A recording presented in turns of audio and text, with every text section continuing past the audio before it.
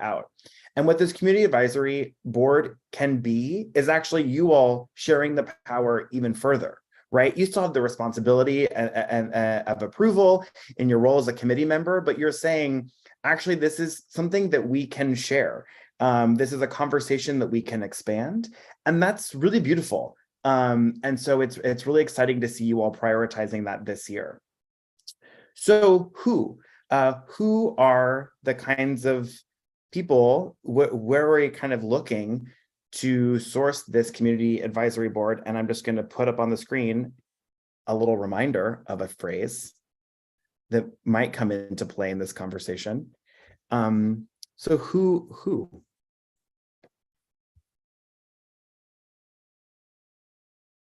Yes, Melanie. Going to be a broken record here, I think. I think it's really important to make sure that we have underrepresented groups on the advisory board, and not just people that we know that are leaders within the art community, and not necessarily the art community. Yeah, I mean, I think back to that session with Socorro before we began, and there are like maps where the city has prioritized neighborhoods to focus resources on, right? And so it actually doesn't have to be too much of a guessing game about where to start. You know, there are tools available to us on where the city is prioritizing and where the APPC can then prioritize whose voices we are hearing and listening to. Other groups, types of folks, psychographic profiles. Yeah, Kristen. I would add to that I would like to hear from students, youth, participants who are creating art, but then also going to be inheriting a system and hopefully participating in our local government. So I would be interested in hearing from high school and college age folks. I would also be interested in hearing more from and having a seat on a committee, but just different groups of people that have not been part of the conversation previously. So echoing Melanie's comment about how to kind of tap into who's not at the table and how do we get them to the table. Mm-hmm. Yeah, intergenerational space is so important. Other thoughts on who?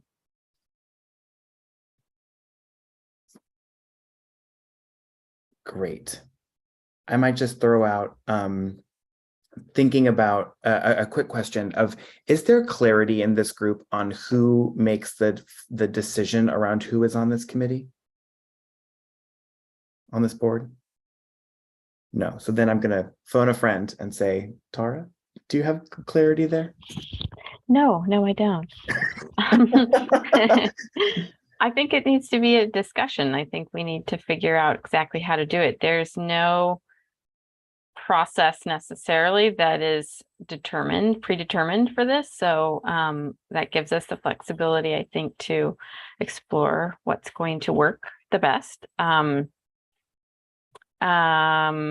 Yeah, I mean, I think that it is essentially, even though it has this official sounding name, Community Advisory Board, and we may have to actually not call it exactly that because it can be confused with our pre-existing council formed Community Advisory Board. But I mean, we know what the intention of the group is, regardless of exactly what its name is. And I think our consultants for our master strategic plan used it because it's a good description of what the board needs to be, the group needs to be. Because it is not, it functions more like an advisory to the APPC and to the public art program. So it's removed once from all the other city boards and commissions and committees that are advising council. So it doesn't fall within, as far as I understand, any kind of policies or procedures that are predetermined. I think we have the flexibility to figure out exactly how people are identified and invited to participate. And then it kind of goes into some of your other questions, like what do they need in order to participate as well. So. Thank you. Yeah, I mean, I think that's really exciting, right? That it's a decision that and a framing that you all can kind of come up with. And I would say that like emphasize that first and like get that squared away so that we know who is holding the decision. And then you can like dive in to the work, right? I mean, I think sometimes when processes are unclear, it can become a way to with the best of intentions kind of procrastinate in actually doing the thing, because it's like, well, how is this actually coming about, blah blah blah. And it's like we can take the time to say, actually, okay, this subcommittee or this meeting, this regular meeting of the APPC is going to be about, here's the process, we want them to do this, and we're going to have them named and and communicated with by this time, blah, blah, blah, blah, blah. You just have to know that. So now we all know that this is a thing to be sorted out. There is no kind of official process to guide the appointment of this committee. I'm so glad that you said invitation, Tara. That's so important to think about how folks are invited. I've heard in a lot of meetings about wanting further community engagement, and something that every single organizing body in the world is thinking about right now is how to be better at this. It's very common to be like, we want people to come to this thing, or we want people to tell us what they think, so we're going to put it on social media. And this is what we call the megaphone effect, or the megaphone approach. It is useful and it can reach a wide amount of people, but it is not guaranteed. Putting something on a city's Instagram page or their Facebook page is not a guaranteed way of getting people to show up or to know that they are actually invited, right? So I think we can consider the relationships that you already have, starting with community organizations, people that have approached you about wanting public art, with projects to have public art. Hey, you came to us a few meetings ago with a wall that you already found an artist for. Do you know folks in your community, in your circle, that you think would be interested in being a part of this conversation? Artists who have been funded, artists who have applied.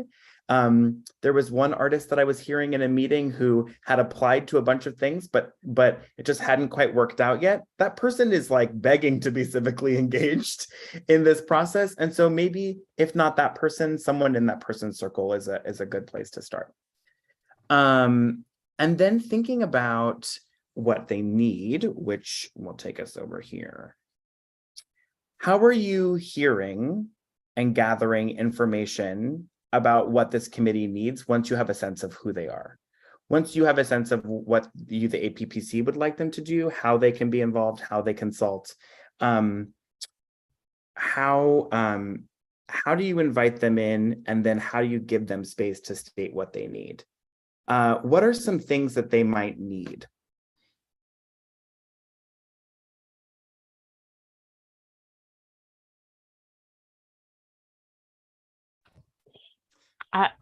Go ahead, Nathan. Sorry. No, you go. Okay. I think that we often or assume that folks have all the free time in the world and can just show up at any meeting at any time, and that's so not true for so much, a huge majority of our community. So, making sure that we can provide incentives or compensation or scheduling or childcare, or whatever it is that these people need to participate, I think should be a major consideration for what they need. And I mean, I also feel like they need a very clear understanding of what their role is, what the relationship is between their advisory group and the APPC, and the program, how the program functions, having clear roles and responsibilities so that there's not disappointment or misunderstanding about what they're there for and what they can see happen, what they can affect. You just spoke like half of my notes out loud, so I love that. Nathan, you have the other half? Oh, looks like you might be frozen, Nathan. All right, we'll come back to Nathan. Lisa, do I see you leaning in over here? No, I was just looking at Nathan and seeing that he wasn't moving. Yeah, You sure. said it Can was you hear me? cold out there. Yes, but I just wanted to echo what Tara said. I mean, I totally agree, but also what we're just looking for is access. That's what artists are looking for, access. And, you know, that's might be a space, an audience, or just they want, definitely want resources. Mhm. Thank you. Nathan, you're back with us. Yeah, can you hear me? Yeah. Yeah, well, in my experience, if you're trying to sort of grease the wheels on getting something going, then funding is the place to start, and generally what's missing for people. Mhm. And then the next thing would be space to practice in. And I know Tara some years ago had a kind of pilot program around making vacant downtown spaces available, and ran into some issues with the city attorney maybe. But I think that is, just identifying vacant spaces and either pairing the owners of those spaces with artists, or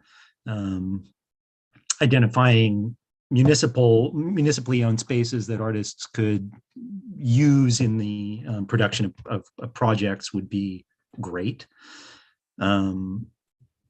And I think another thing that's often important, at least in my experience, is establishing skill sharing relationships, or facilitating skill sharing relationships between cultural practitioners, especially around material production, fabrication support, these kinds of things. And then I think kind of out of the sort of social matrix of those interactions, questions about place, and how we occupy space, how we utilize resources, and It looks like you're freezing a little bit again, Nathan. So in a way that's maybe I can't do much about that. I've got an unstable internet connection. Yeah, we didn't quite catch all of that. I just want to jump in here and say that I want to make sure we're clear about, are we talking about what artists in the community need, or are we talking about what the participants of an advisory committee? But maybe I'll just wrap up my comment. yes. Okay, this is perfect. So I'll say this, Nathan, for the next time you have something to share, if you could share with your video off, that might help prioritize your it just helps the internet capacity. Okay. But you bring up really good points. And then Tara had a really great question clarifying that, are we talking about artist need or community advisory board needs? And what I would say is, I think a balanced board involves both people with resources to answer artist need and people with expertise in artist need, right? So I think it's actually really exciting to think about when we are thinking about listening to the artists and centering the artists. There, you will have people that are saying, I want to be on this community advisory board because I know that artists like me need space, need skill set sharing, need these things. And they may be interested in participating in the board as a means of, getting those needs, which is great. And it's about saying, great, you are here to continually center those needs as we go about doing this work. Sometimes when we do things like open up to community comment, we're like, oh, thank you for sharing that. But that's not, I don't mean in the process of a meeting, but I mean truly like in a process, a larger process. It's like, oh, thank you for sharing those things that you need. We don't have that. We're actually asking about this. But what you can capitalize on there, not a great word, but bear with me, is the interest, the engagement, the passion, the energy. That's a resource that person is bringing, and that is a resource that this committee needs. On the ground lived experience. So very, very helpful there. We're running on time, so I'm just want to see where I can kind of skip ahead here quickly. Also, Tara, you just mentioned Other needs might be around new scheduling. One thing that I might offer is considering, what does asynchronous engagement look like? What are ways that people, really piloted actually in the quarantine, how to get lots of people brains working towards one thing without necessarily being in the same room or the same space at the same time. So maybe it's Zoom, but maybe there are other ways that you can pilot getting folks input on things without asking them to, commit. And also underlining a set expectation of hours committed. That kind of boundary can be really helpful. That's kind of all in the production process. To remember the frame that I mentioned before, this is when the actual doing of the thing. So then I think at each step of the way, checking in. So in this post-production moment, thinking about what are the indicators that it's going well, or that the outreach process is going well, or that it didn't go well, right? You might have low response rate. You may have confusion about the work of the APPC, why I'm not sure I want to be a part of an advisory board for something that I don't know what they quite do. And you also might come across something very real that we all face, right? Which is imposter syndrome. You might say, hey, person in the community, you'd be amazing for this. And they're like, I'm just some muralist. I don't know about the city and the workings, and I don't know how to put on a powdered wig and pass a motion. I don't know any about that. And you all can say, we actually built this container for you and your expertise, and I think it's about that person to person, human to human, Santa Rosa resident to Santa Rosa resident, saying, no, we value and want to hear your voice, and checking in with each other about, okay, I'm asking people and I'm running into some barriers, or this description of the committee works really well. So next time you talk to somebody, use it, put it that way. Something that I've seen this committee do in various forms is stop and say, maybe we need to think this through, maybe we need to reimagine this, maybe we need to approach this differently, maybe we need to blah, blah, blah, blah, blah. You all already are practicing a culture of not embracing status quo, and I just want to say that that is amazing and encourage that, right? Inevitably in time, the committee membership will change, new members will be onboarded. But if there is one thing that the APPC can be known for, and it's asking great interrogative questions, Anne asks a killer question. Anne will be in conversation with an artist and has just an incredible question about supporting that artist and what they need. Melanie, your questions and your advocacy for things that the committee has put forward as priorities, it's incredible. So let's just make it firmly the culture of the committee, so that no matter who's here serving, people know that APPC is responsive and listening to both the needs and goals that the city has put forward, but also, the needs and goals of the artists and the citizens that you all are serving. Okay, super fast. In about a little less than 8 minutes. The toolkit. What I want to emphasize here, I think we have a sense of for who, so we don't have to spend a ton of time there. With who, I think we also maybe have a little bit of a sense, right?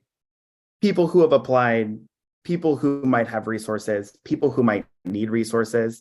There's a lot of different ways that somebody could come to the APPC with a question, and I know that you all have a good grasp of who they are and what those questions are, because you live in the community, you get these questions all the time, right? I have a couple questions about how is it accessible, but what I want to think about in this meeting is who does what? How do you break up? This is an elephant. How do you approach this big task? Anybody have ideas there about how to even start?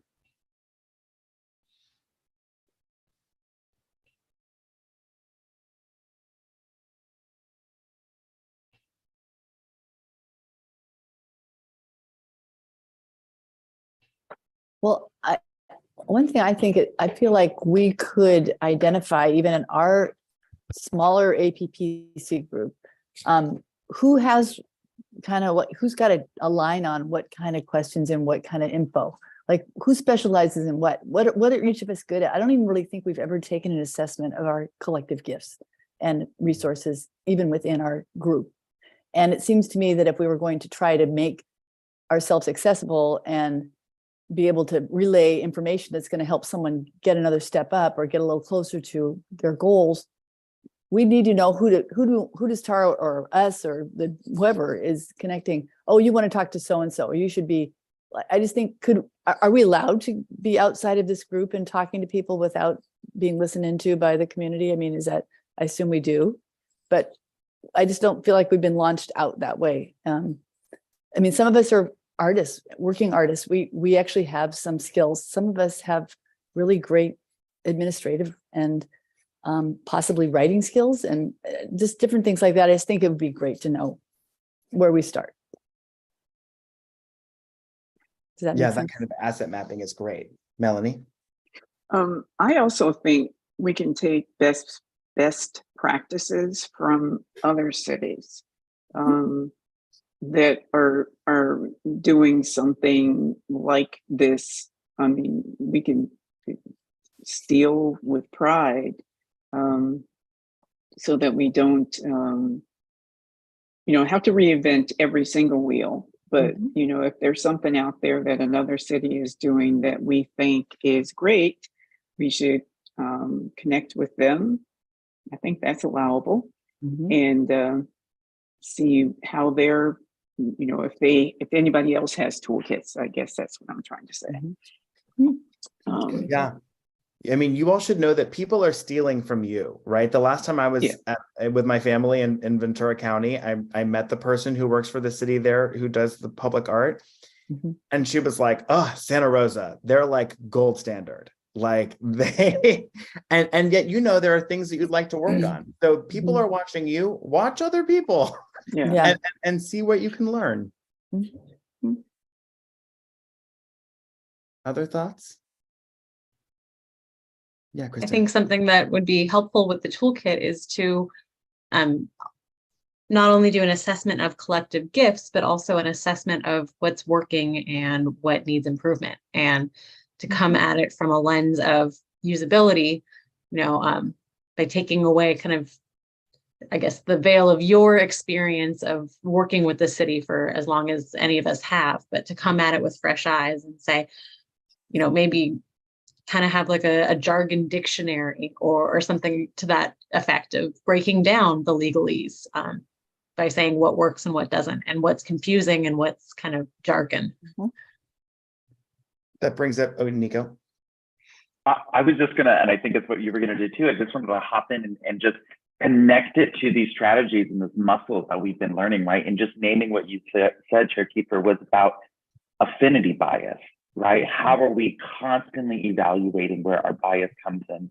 And then how are we, what you said about access and user design, right? By defining it in these categories, it allows us to say, how will somebody interact with this as an issue of access, right? And then what are the parameters or what are the filters we move through in order to continue to expand our bias around this subject? So just looping it back to these learnings, and there's that, that kind of cheat sheet that we've had that allows you to walk through and say, oh, usability, that's access, great. What are those considerations around access that we're doing, right? And so I think it's exactly that, naming that, defining that, and putting those as priorities as you move through the design of these. Yeah, and it's really like, it's really feeding two birds with one seed, right? Because you've got another priority of assessing the kind of policies and procedures of the APPC. And if you're spelling them out in a toolkit, you have to go through them anyways, right? And if you are, this question of with who, if you are doing this with community, and whether that is starting with the community advisory board and into a larger process, if you're doing a question campaign, whatever the mechanism you use to hear community, you'll get practice actually hearing feedback about what those policies and procedures are, how they feel, how they look, where they're confusing, so that when you go back to this kind of, there's a slide for the presentation that doesn't have a hiatus, that just reframes, centers again what the kind of charge of the committee is, right? And part of it is advising on policy and procedure. And so that is something that's part of your work and that you can do really in community and in partnership, and it'll make the toolkit better, and then it'll in turn improve the policies. Accessibility, this is just like a another layer of accessibility with the toolkit, but just to name, where does it live? How do people access it? Is it purely digital? What if I don't have a computer? Is it in the library? Is it at City Hall? Is there a large print version? What languages is it translated into?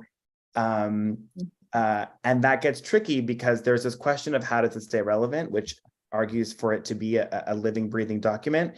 So what is a kind of agreement among this group of, okay, maybe it's every 2 years, or maybe it's every 3 years, we check in and we update it, knowing that we've got copies at the library, we've got copies at City Hall, we've got copies in Spanish to be updated and in Thai to be updated. So just to remember kind of where these things go, how people find them, and then how to keep them current. Does that raise any questions for anybody? All right. Seems like a long time. It's I mean, because if something's not working, we'll hear about it from. Hopefully, we'd hear about it from the community, and we'd be able to, or people who are using the process, and we'd be able to respond faster than every 2 years. But yeah, I understand what you're saying about the upkeep of it, but. It also could be an onboarding tool, right? So that maybe every time a new committee member gets appointed, you hand them the toolkit and say, what's confusing? Yeah. Hey, welcome, you're new here. You don't know what we do yet. This toolkit is our kind of front porch to get people in. So give us your thoughts and maybe we can make a little zhuzh.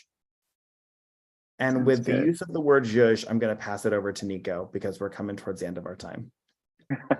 What I think in that, it's a great question to that last comment, is really about accountability, right? When we go to that post-production phase of something has been completed, a project has been, how are we accountable to its relevancy to our community? How are we, coming back to it? Is it every year? And I love kind of what you said, Kevin. It was about really the agreement. What are we agreeing on to being accountable, right? To multiple languages, to accessibility, to people interacting it, to relevancy. And so I think that is part of your from pre to thinking about it, production, implementing it, and then post is the accountability that you make agreements on to upholding the standards and the values of which you came at this project. I think this is amazing. And what I love is in just hearing this conversation is really about us leaning into hearing how you begin to process what developments you've made as saying, oh, here's further considerations I wouldn't have thought of before, right? When it comes to DEIA, or here's how we might listen to artists more, or here's really, the CVPR presentation in an hour and a half with an incredible roadmap to really print the slides and say, what is the way in which we want to listen to the community, right? What is the question that we want to know is, what resources would an artist or an arts and culture worker in our community be interested in, right? We don't hold all the answers. And then it goes into, well, what's the method that we're going to collect that data, right? And so there's a beautiful roadmap right there for you to start going after one of these and using one of these in your practice for the committee. I just kind of want to take us into verbalizing learnings. We have thrown kind of a lot at you in these 4 professional developments and really starting to sew them into how the committee operates, right? As getting these new muscles and seeing how it might look in a toolkit, how you apply them to an advisory committee. And so I just would love to kind of turn it over to you all for some sharings of just saying, we've listened to these past 3, we're in this 4th PD, but here's something that surprised me. Here's an observation I've made. Here's something I'm excited about implementing. So I just kind of want to turn it over to you all of this verbalizing something from these PDs that is applicable to the committee's work, that gets you excited, that was a surprise, or it's I want to mull that over. I want to research that a little bit more. Just want to offer it up to anyone that's interested in verbalizing that.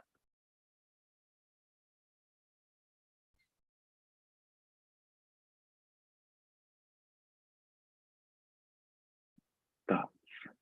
I'll go. I was really inspired. Well, all these things have been so relevant in so many ways, but Danny's presentation that she took us through was such an eye-opener about just the careful and thoughtful and pattern way that she breaks into a community. I mean, with ears open and with the attempt to respectfully find out what's important and finding the people that she can do that with and empowering others. It's not about her or it's not about us. And that's where I'll transition that. It's just that just the decentering off of this meeting and into getting into the community. That is probably the most exciting thing about this for me. And I'm not even sure how it's going to look, but it is hopeful. And and I know it's been a weird 3 years. So, right, it's strange, but we're moving that way. So Yeah. that has really been Thank you, and yes. Who else? Chair Kiefer. I also wanted to echo Anne when she was talking about Danny Dominguez's presentation and the overview that we got on community-based participatory research. I was very thankful that she went through and she gave steps for all of the research ways to approach it. And the last step, I was so glad that she provided a reminder of as an action step of how will we use information. And having done research myself, I know that that's not always an area that gets a lot of attention on. And so I was glad that she brought that back to our committee so we have these tools, but what do we do with research once it has been collected? And once you've kind of gone through the steps of, okay, was this approach to doing research equitable? Did it hit all of our markers of wanting to reach a diverse group? But what are we going to do with the information after? And that's something that I wanted to dig my teeth into a little bit more of how do I bring that back to future projects? Yeah, I hear action being an interest from the collective, right? Of how do we activate the potential within this committee? Yeah. Who else? Anyone else? Oh yeah. I will. Member Point does go, Brett. Yes. Hi. One other thing too, Danny definitely, there was quite a few things that she said that really have stuck with me. And one of them was us on the APPC, or she even said as a research, you don't come in with an agenda. The community tells you the problems. The community identifies the problem. And that's what has continuously stuck with me is to listen. And so I appreciate that, and there was a few other items too, but I know we're short on time. But that's for sure the top of my list. Yes, that's huge, and a new practice to learn. Absolutely. Mm-hmm. Anyone else verbalize learning, thoughts, surprises?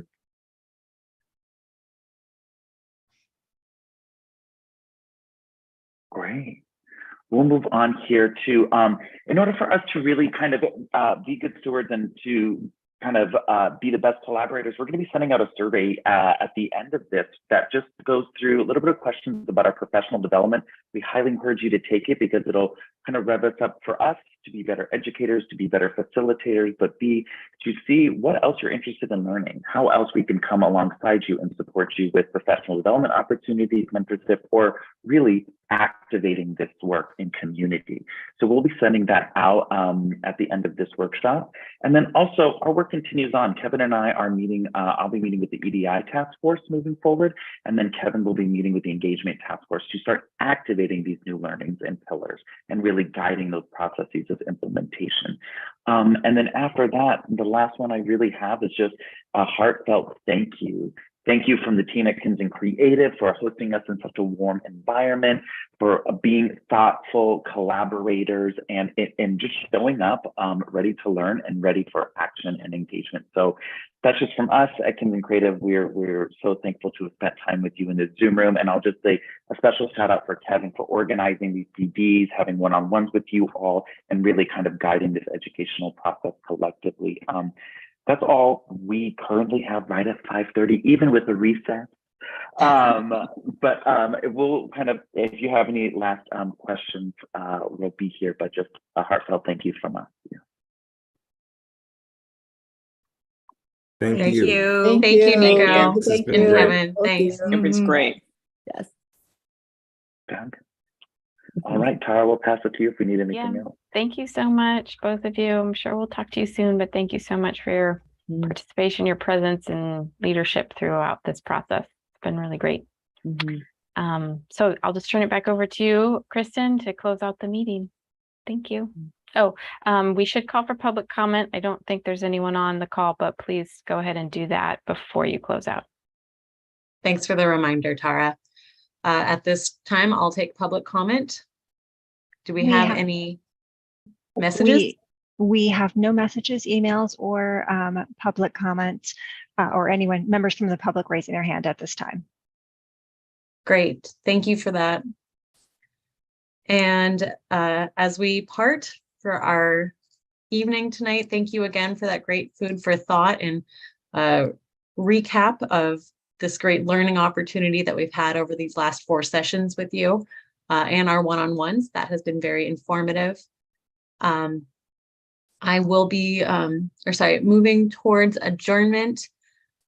The next regular meeting of the Art and Public Places Committee, scheduled for Monday, January 2nd, is canceled due to the New Year's holiday. So I wish everyone a wonderful and joyous and safe and healthy, happy holiday season. Thank you, everyone, for your hard work, and I'm looking forward to see you all in the new year.